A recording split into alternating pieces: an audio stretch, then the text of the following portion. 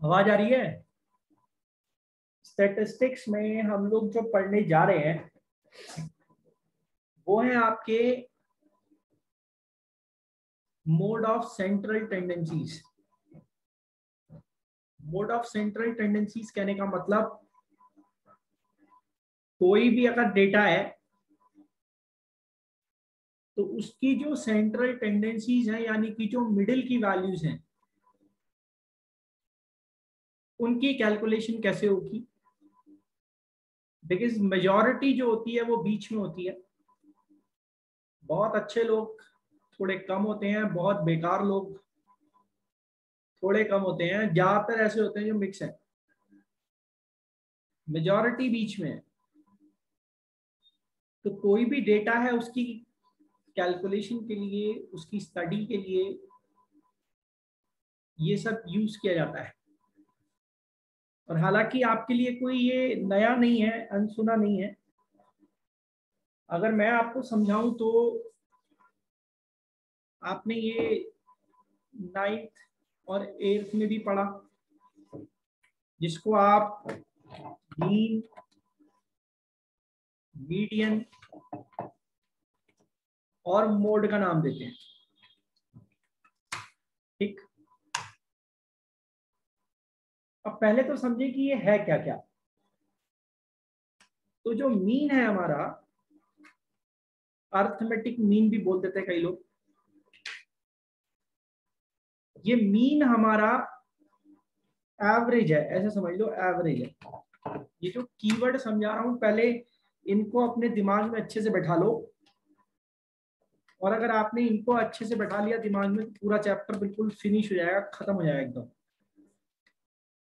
और इसी तरीके से जो मीडियन है हमारी, median is a value which divides data in two equal halves।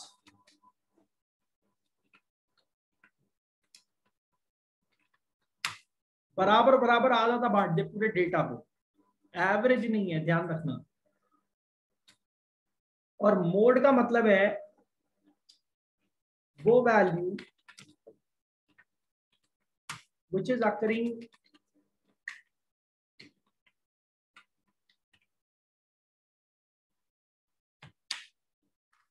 maximum number of times,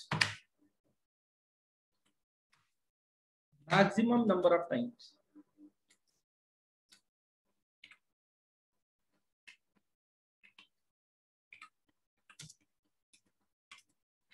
सबसे ज्यादा बार आ रही है जो, वो मोड है। अब थोड़ा सा मैं आपको ये भी समझा दूं कि जो डेटा है वो डेटा हम किस तरीके से लेकर आते हैं। 9th में उसके बारे में थोड़ा थोड़ा ज्ञान जो है आपको बांटा गया था। हालांकि ये इररिलेवेंट है, थ्योरेटिकल पॉइंट ऑफ व्यू है, लेकिन अपने समझने के लिए एक पिक्चर दिमाग में बैठानी है। सबसे पहले जो है हम लोग मोटे मोटे तौर पर समझा रहा हूँ, ऐसे आप 11th में जाओगे स्टैटिक्स पढ़ोगे तो फिर आपको बहुत बेहतर तरीके से समझ में आएगी। लेकिन फिलहाल अभी के लिए सबसे पहले आप क्या करोगे, डेटा कलेक्ट करोगे। डेटा कलेक्ट करने के बाद उसको ऑर्गेनाइज करोगे, फिर किसी न किसी फॉर्म में आप उसको रिप्रेजेंट करोगे। डेटा को रिप्रेजेंट करने के बाद उसकी स्टडी होती है। अब जो डेटा का रिप्रेजेंटेशन है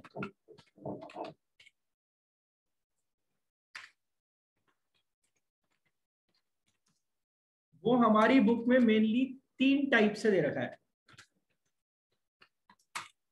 ठीक है ना, हालांकि टेबुलर फॉर्म्स में ही दिया है, लेकिन मेनली 3 तरीके से दे रखा है।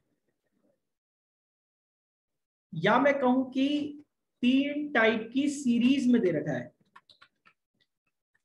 पहले ये समझ लोगे तो फिर आगे सॉल्व करने में भी इजी रहेगा और आपको बताने में भी इजी रहेगा। ये सब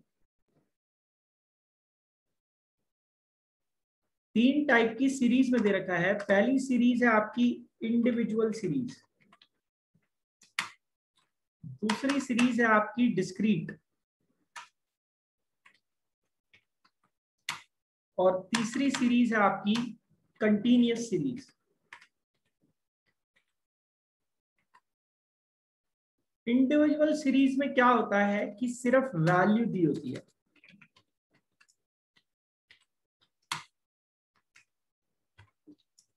डिस्क्रीट सीरीज में क्या होता है, डिस्क्रीट सीरीज में वैल्यू के साथ फ्रीक्वेंसी भी दी होगी। और कंटिन्यूअस सीरीज में क्या होता है, वैल्यू के साथ फ्रीक्वेंसी होती है,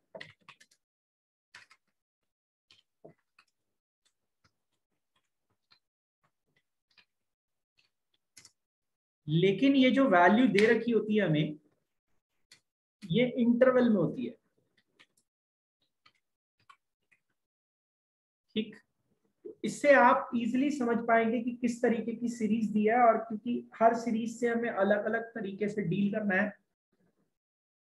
जैसे हम मीन निकालने की बात करेंगे तो हम 3 मेथड्स पढ़ेंगे अपनी बुक के हिसाब से, और तीनों मेथड जो हैं वो अलग अलग तरीके से काम करेंगे अलग अलग सीरीज के ऊपर।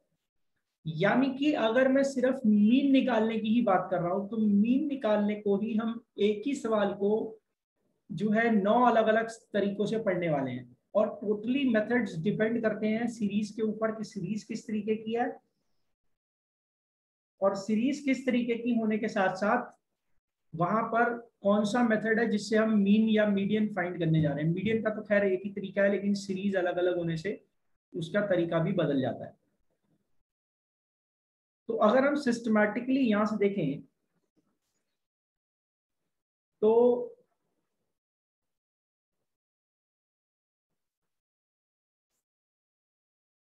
मैंने आपको कहा कि मीन का मतलब है कि आप एवरेज फाइंड करने। पहले हम मीन डिस्कस कर रहे हैं, फिर हम मीडियन और मोड भी डिस्कस करेंगे। तो एवरेज कैसे निकलता है, जितनी भी चीजें उनका टोटल करो और नंबर ऑफ ऑब्जर्वेशन से डिवाइड कर दो, तो सर आपको एवरेज मिल जाएगा, यानी कि आपको मीन मिल जाएगा। इस बात को अगर आप समझ लेते हैं तो मीन निकालने का कोई भी मेथड आप चुटकियों में समझ सकते हैं, और इवन आप जिंदगी भर नहीं भूलोगे। मैं आपको ऐसी स्टोरी से समझाने वाला हूं। तो जो एवरेज है हमारा, वो एवरेज एक ऐसी वैल्यू होती है जो कहीं ना कहीं बीच में होती है, मिडिल में होती है।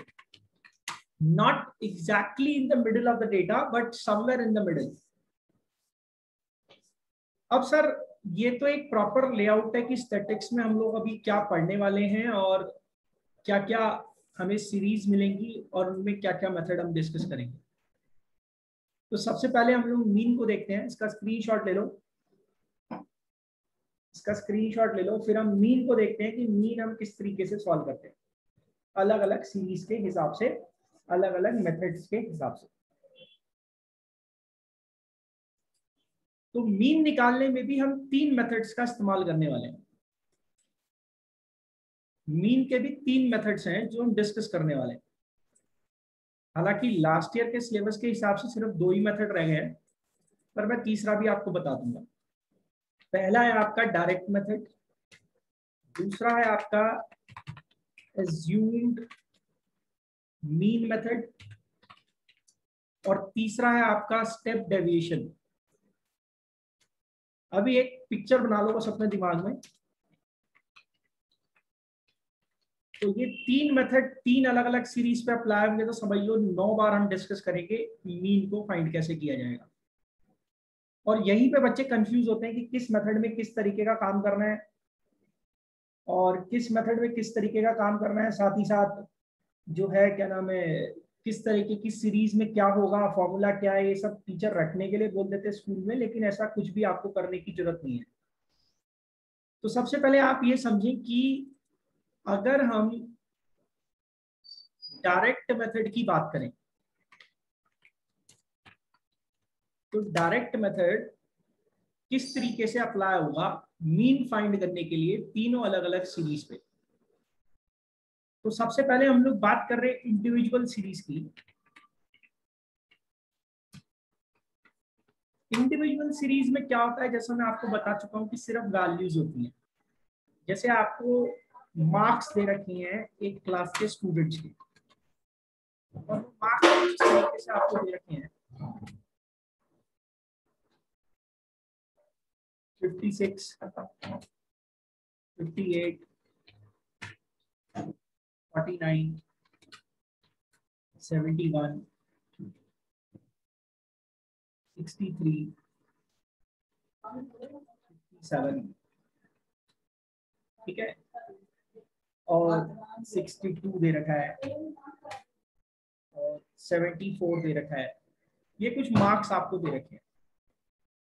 तो इंडिविजुअल सीरीज में हम क्या डिस्कस कर रहे हैं, डायरेक्ट मेथड। तो बड़ा सिंपल सा तरीका है, और ये आप 9th और 8th में भी पढ़ चुके हैं। क्या पढ़ाया गया था, क्या पढ़ाया गया था सर? पढ़ाया ये गया था कि जितनी भी चीजें हैं उनका टोटल कीजिए और नंबर ऑफ ऑब्जर्वेशन से डिवाइड कर दीजिए। लेकिन यहाँ पर आप देख रहे हो कि डायरेक्ट मेथड है, इंडिविजुअल सीरीज है, तो यहाँ पर थोड़ा सा इसको डिनोट करने का तरीका भी बदल जाएगा। एक्चुअल में ये इन मार्क्स को एक वैल्यू से जनरलाइज करेगा, जिसको वो लिखेगा xi। क्या लिखेगा? xi। यानी कि x जो है वो जनरलाइजेशन है मार्क्स का। अलग अलग स्टूडेंट के मार्क्स दे रखे हैं, तो इस अलग अलग स्टूडेंट के मार्क्स को उसने जनरलाइज कर दिया xi से। दूसरा, यहाँ पर एक सिंबल, ग्रीक सिंबल यूज किया जाता है, जिसका इस तरीके से कुछ फॉर्मेशन है। प्रॉपर तो ऐसा होता है, लेकिन आप खाली ऐसा बना लोगे तो चल जाएगा, जिसको अपन बोलते हैं क्या, सिग्मा। इस सिग्मा का मतलब है टोटल। क्या मतलब इसका? Total, summation. ठीक है, तो आप क्या करेंगे, आप सारी वैल्यूज को ऐड कर लेंगे। सारी वैल्यूज को ऐड कीजिए, कितना आ रहा है? करो, ऐड करो, कितना आ रहा है? ऐड करो सारी वैल्यूज को, करो, कितना आ रहा है? मुझे ही करना पड़ेगा क्या? 56 और ये 62 मिलकर हो गया 120। 58 और उल्टा बोल दिया, 56 और ये 74 मिलकर हो गया 130। 58 और ये 62 मिलकर हो गया 120। 49 और ये 40, 490। बड़ी जल्दी जोड़ लिया, बिल्कुल सही है। 490 इज द टोटल।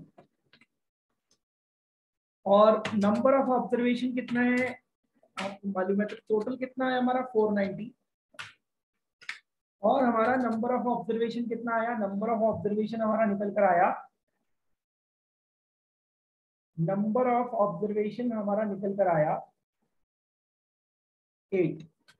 तो 490 को 8 से डिवाइड कर देंगे, और 490 को जब 8 से डिवाइड करेंगे तो 61.25 ऐसा आ जाएगा। तो इसको हम कह रहे हैं कि हमारा ये क्या है साहब, ये हमारा एवरेज है। अपने एक पॉइंट ऑफ व्यू से समझ लें, ये ध्यान रखना बस कि मीन का मतलब है एवरेज। तो सर ये हमारा एवरेज निकल कर आया। अब क्या हम इस चैप्टर के हिसाब से भी इसी तरीके से एवरेज लिख के यहाँ पर सॉल्व कर सकते हैं? तो आंसर है नहीं। यहाँ पर हम एक्चुअल में निकाल रहे हैं मीन, जिसको हम अर्थमेटिक मीन भी बोलते हैं, एएम बोल सकते हैं। इसको डिनोट किया जाता है एक्स बार से। कैसे डिनोट किया जाता है? एक्स बार से। ध्यान रखना कि आप मीन निकाल रहे हो किसका? एवरेज या मीन निकाल रहे हो मार्क्स का। और मार्क्स जो थे हमारे वो जनरलाइज थे, कैसे? एक्साई से। तो जब मार्क्स हमारे एक्साई से जनरलाइज थे, तो यहाँ पर इसीलिए एक्स बार लगाया गया मीन को रिप्रेजेंट करने के लिए कि साहब हम मीन निकाल रहे हैं किसका? एक्स का। बात समझ में आई? बात समझ में आई? नहीं आया समझ में? अरे पॉइंट समझ में आया कि नहीं आया? आया ना समझ में? आया सर। अब यहाँ पर आप देखो तो सर हमने 490/8 तो कर दिया है, लेकिन इस 490 को मैं किस तरीके से रिप्रेजेंट करूंगा?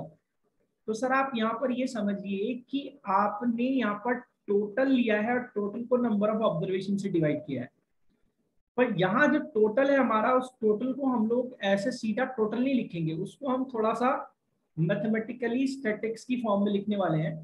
तो आप समझ सकते हैं कि टोटल के लिए हम क्या सिंबल यूज करने वाले हैं, सिग्मा। और सिग्मा रिप्रेजेंट करता है किसको? समीशन को।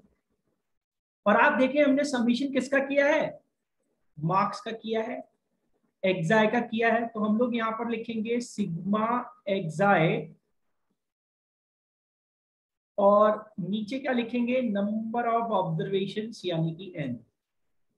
बात समझ में आई? So this is our teacher आपको सीधा फॉर्मूला चिपकाएंगे, तो उनका सीधा सीधा फॉर्मूला मत चिपकने देना अपने आप को, समझो। और फिर उसके बाद आप फॉर्मूला खुद जनरेट कर सकते हो। मैं ऑनेस्टली आपको बता रहा हूँ कि पूरे के पूरे इस चैप्टर में आपको एक भी जगह फॉर्मूला याद करने की जरूरत नहीं। किसी जगह अगर याद कर लोगे तो अच्छी बात है, लेकिन याद करने की जरूरत नहीं है। और मैं आपको फॉर्मूला कैसे आ रहा है ये भी एक्सप्लेन करूंगा, ठीक है ना? तो ये बात आपको जो है होपफुली समझ में आ गई होगी कि यहाँ पर जो है क्या कहा जा रहा है। अब फर्दर आप देखिए कि अगर यही सीरीज आपकी जो है वो डिस्क्रीट हो जाए, कैसी हो जाए? डिस्क्रीट हो जाए। तो डिस्क्रीट हो जाए तो अभी अपन को ये समझना पड़ेगा कि डिस्क्रीट सीरीज में क्या होता है। तो जैसा मैंने पीछे बताया था कि डिस्क्रीट सीरीज में मार्क्स के साथ साथ वैल्यूज भी होगी, सॉरी फ्रीक्वेंसी भी होगी, ठीक है ना? तो मैंने एक जगह लिख दिया वैल्यूज लिख दी, मैंने मार्क्स लिख दिए, और दूसरी जगह मैं यहाँ पर लिख देता हूँ फ्रीक्वेंसी। और इस तरीके का क्वेश्चन 9th में भी था। और हम कौन सा मेथड डिस्कस कर रहे हैं? हम डायरेक्ट मेथड डिस्कस कर रहे हैं, ठीक है?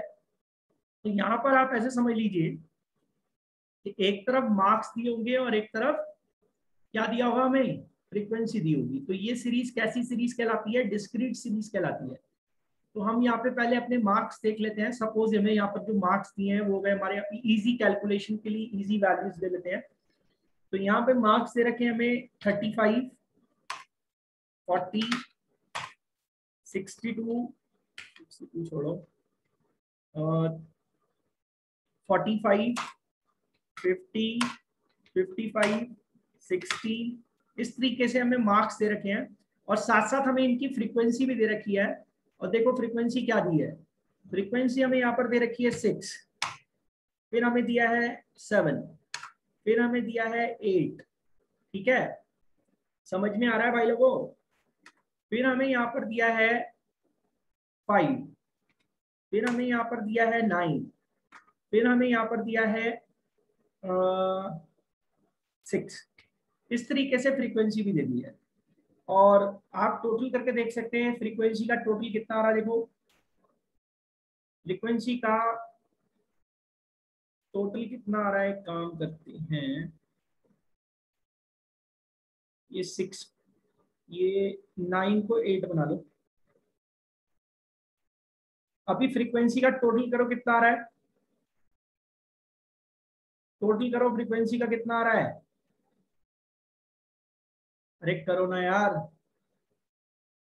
21, 21 और 13, 34, 34, 6, 40, 40 आ रहा है। तो इस तरीके से आपको वहां पर ये क्वेश्चन दिया होगा, 9th में भी था ऐसा क्वेश्चन।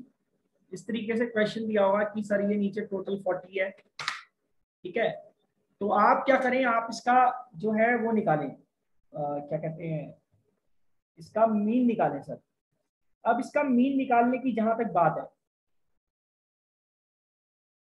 ठीक है, इसका मीन निकालने की जहां तक बात है, तो अगर हम इसका मीन निकाल रहे हैं तो जैसा मैंने कहा आपको कि अब ये नहीं चलेगा कि आप जो है सीधा सीधा वैसे लिख दे। तो आप ये समझ लीजिए कि जो मार्क्स है हमारे, इन मार्क्स को हम कैसे रिप्रेजेंट कर रहे हैं? एक्साई से। यही क्वेश्चन दिया होगा आपको, बोला इस तरीके से कि आप वो निकालो, क्या कहते हैं, जो है इसका मीन निकालो। तो ऐसे समझ लीजिए कि हमको इसी क्वेश्चन का ये पहले तो पूरा डेटा लिख लेना है। उसके बाद ये क्या है, हमारा मार्क्स हमारे एक्साई है और फ्रीक्वेंसी को हम रिप्रेजेंट कर रहे हैं यहाँ पर एफ आई से, एफ फॉर फ्रीक्वेंसी, और जो है आई हमने लगा दिया कि उसकी जनरल टर्म हो गई एक तरीके से फ्रीक्वेंसी की।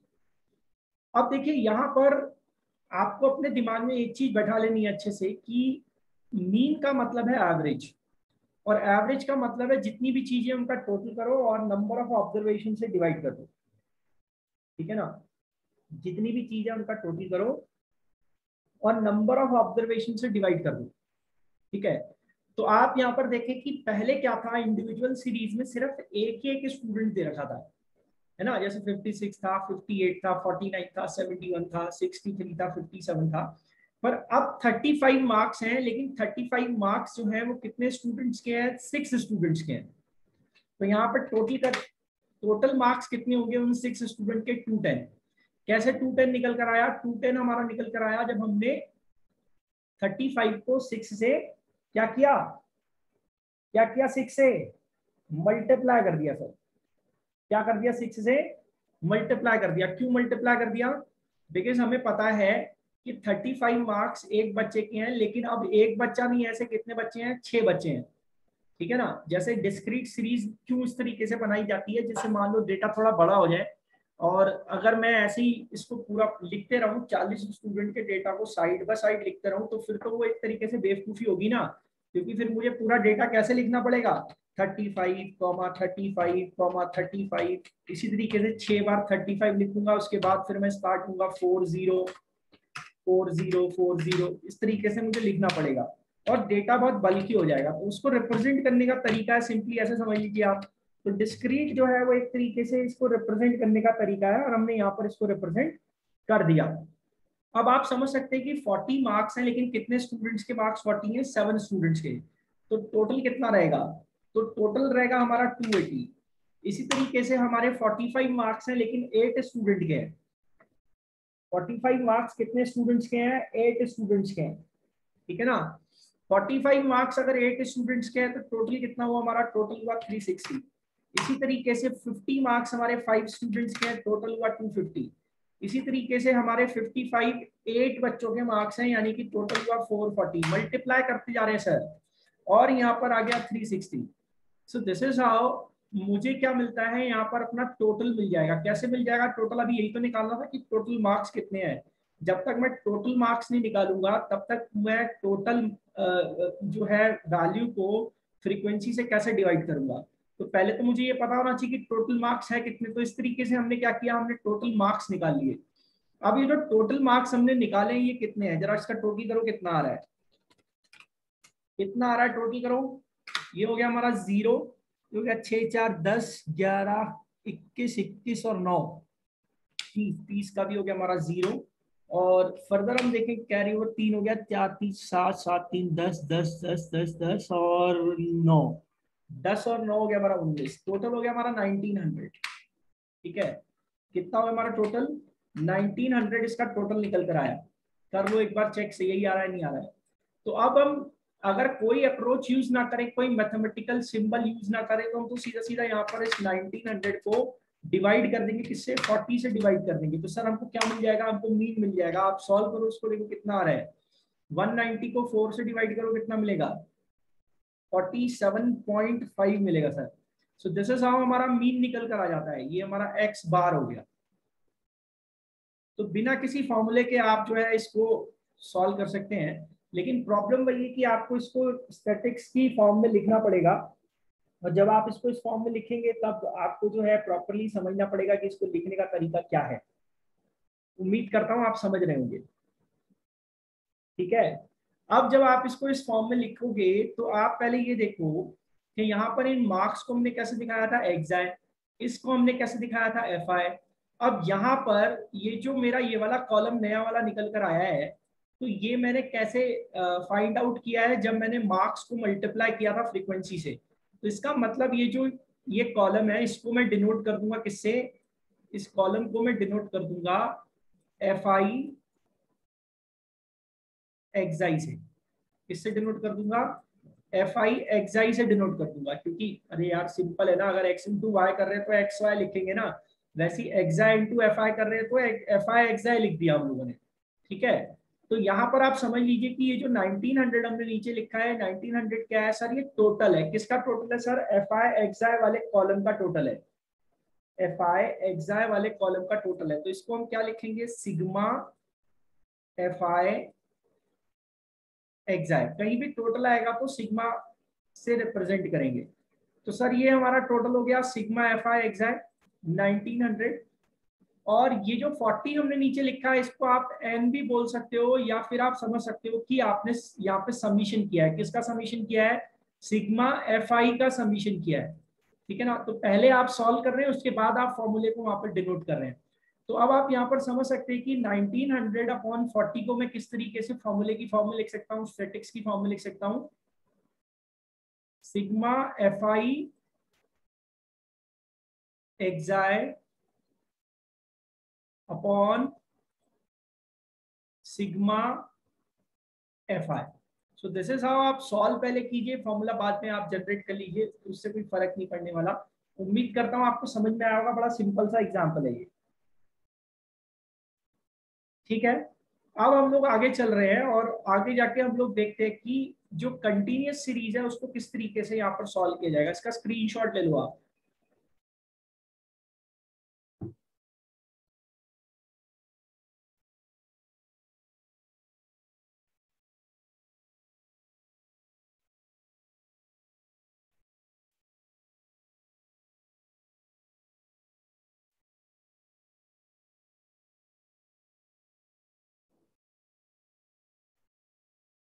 स्क्रीनशॉट ले लिया सर? आगे देखिए, अब जब कंटिन्यूअस सीरीज आपको दी होगी तो कंटिन्यूअस सीरीज किस तरीके से दी होगी और आपको डील कैसे करना है। कंटिन्यूअस सीरीज जब आपको दी होगी तो कंटिन्यूअस सीरीज आपको वैल्यूज के साथ फ्रीक्वेंसी होगी, लेकिन जो वैल्यूज होगी आपकी वो कैसे होगी? क्लास इंटरवल में होगी। कैसे होगी वो? क्लास इंटरवल में होगी। और वो लिखेगा भी। कैसे लिखेगा? देखो, वो लिखेगा भी कि सर ये आपका हो गया क्लास इंटरवल।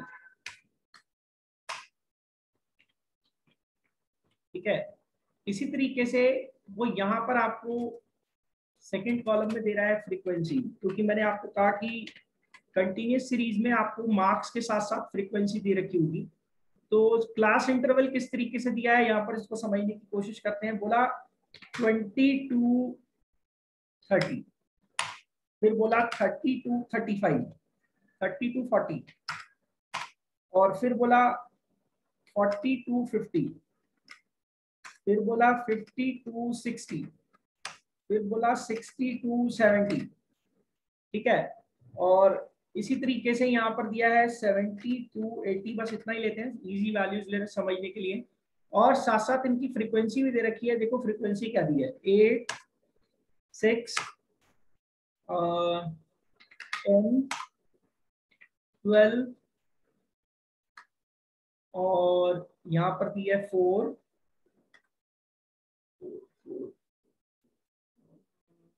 इजी वैल्यू अपने को चाहिए, तो चलो अपन यहाँ भी 10 ही ले लेते हैं। चलो ठीक है, इस तरीके से हमें यहाँ पर वैल्यू दी गई है। आप इसका टोटल करो, कितना आ रहा है? टोटल करो, टोटल करो, कितना आ रहा है? जल्दी करो सर। इसका टोटल हो गया हमारा 10, 10, 20, 30 और 20, 50 हो गया।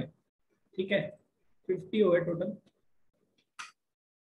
तो इस तरीके से हमें वहां पर क्वेश्चन दिया होगा, बोला इसका मीन निकालो। तो यहाँ पर आप समझ लीजिए कि इस सीरीज में और डिस्क्रीट सीरीज में सिर्फ इतना सा डिफरेंस है कि जो आपको मार्क्स दे रखे हैं वो मार्क्स कैसे दे रखे हैं? कैसे दे रखे हैं मार्क्स? वो मार्क्स आप लोग को दे रखे हैं क्लास इंटरवल की फॉर्म में। तो सर हम लोग क्या करते हैं यहाँ पर? हम लोग यहाँ पर क्लास मार्क्स निकालते हैं। अभी देखो कहानी समझो। कहानी ये कि हमें पता ही नहीं है कि सर यहाँ पर किस बच्चे के एग्जैक्टली कितने मार्क्स हैं। अब आप कहोगे सर अगर हमें पता ही नहीं किस बच्चे के एग्जैक्टली कितने मार्क्स है तो उसको कैसे निकालें? तो बेटा 20 से 30 के बीच में 8 बच्चे हैं। हो सकता है सभी के 21 हो सकता है सबके 26 हो सकता है सबके 29 हो। हमें क्या मालूम किसके कितने हैं? तो हम यहाँ पर एक सिस्टम लगाते हैं, क्योंकि हम एवरेज ही निकाल रहे हैं, तो हम ये मान लेते हैं कि हर बच्चे के मार्क्स 25 हैं। कैसे 25 मान रहे हैं अभी समझाता हूँ। मिड वैल्यू ले रहे हैं सर, ऐसे समझ लो, क्या ले रहे हैं, मिड वैल्यू ले रहे हैं। किसकी मिड वैल्यू ले रहे हैं, कि जो हमारी लिमिट्स दे रखी हैं, लोअर लिमिट और अपर लिमिट। क्लास इंटरवल दिया है ना 20-30, तो 20 हमारी लोअर लिमिट है, 30 हमारी अपर लिमिट है, तो इसकी मिड वैल्यू ले रहे हैं। तो हम ये मान रहे हैं कि 20 to 30 वाले बच्चे हैं, कुछ बच्चे 25 से ऊपर होंगे, कुछ बच्चे 25 से नीचे होंगे, इसलिए हम ये मान रहे हैं कि हर बच्चे को 25 मार्क्स मिले होंगे ऑन एन एवरेज बेसिस, क्योंकि इंडीड हमें निकालना तो आखिरी में एवरेज ही है। तो यहाँ पर 30 और 40 का मिड पॉइंट क्या हो गया, 35। इसी तरीके से 45, इसी तरीके से 55, इसी तरीके से 65, इसी तरीके से 75। तो इस तरीके से हम लोग क्लास मार्क्स के हिसाब से यहाँ पर क्या करेंगे, यहाँ पर मिड वैल्यू निकाल लेंगे। तो अब आप ऐसे समझ लीजिए कि ये जो हमारा फ्रीक्वेंसी था, ये तो हमारा एफआई हो गया, और ये जो हमने क्लास मार्क्स या मिड वैल्यू निकाली है, ये हमारा एक्सआई हो गया। तो अब आप समझ सकते हैं कि डिस्क्रीट में और कंटिन्यूअस में कोई डिफरेंस नहीं रहा, क्योंकि डिस्क्रीट में एक्सआई और एफआई दे रखा था, यहाँ पर हमें क्लास इंटरवल दे रखा था, हमने मिड वैल्यू लेके क्या कर लिया, मिड वैल्यू लेके हमने उसको डिस्क्रीट में कन्वर्ट कर लिया। और जो क्लास मार्क्स है, ये क्लास मार्क्स पे क्वेश्चन भी आता है एमसीक्यू में 1 नंबर में कि क्लास मार्क्स क्या है। तो क्लास मार्क्स हम कैसे निकाल रहे हैं, lower limit LL, lower limit plus upper limit upon 2। तो इस पे क्वेश्चन भी आ जाता है, तो आप सीधा सीधा जो है lower limit plus upper limit upon 2 करके बता सकते हैं कि सर ये क्लास मार्क्स है। तो अब जल्दी जल्दी यहाँ पर फाइंड करते हैं, क्या करना है सर, टोटल निकालना है। किसका टोटल निकालना है, आपको मालूम है, एफआई एक्सआई निकालना है मेरे को। तो मल्टीप्लाई करते जाओ, 25 इंटू 8 200, 6 इंटू 35 कितना होगा 210, इसी तरीके से 450, इसी तरीके से 12 इंटू 55 करेंगे तो 660 आएगा, 4 इंटू 65 करेंगे तो 260 होगा, इसी तरीके से 10 इंटू 75 करेंगे 750 होगा। अब इसका टोटल निकालते हैं, जल्दी निकालो टोटल कितना आ रहा है इसका, जल्दी करो, देर हो जाएगी, टाइम खत्म हो रहा है। टोटल कितना आ रहा है इसका, ये तो हो गया 15,000। 6 6 12 5 17 17 17 6 17 और 6 23 हो गया, और 2 ऊपर चला गया, 6 6 4 10 10 2 8 18 25। नहीं आ रहा है, कितना आ रहा है, जल्दी बोलो।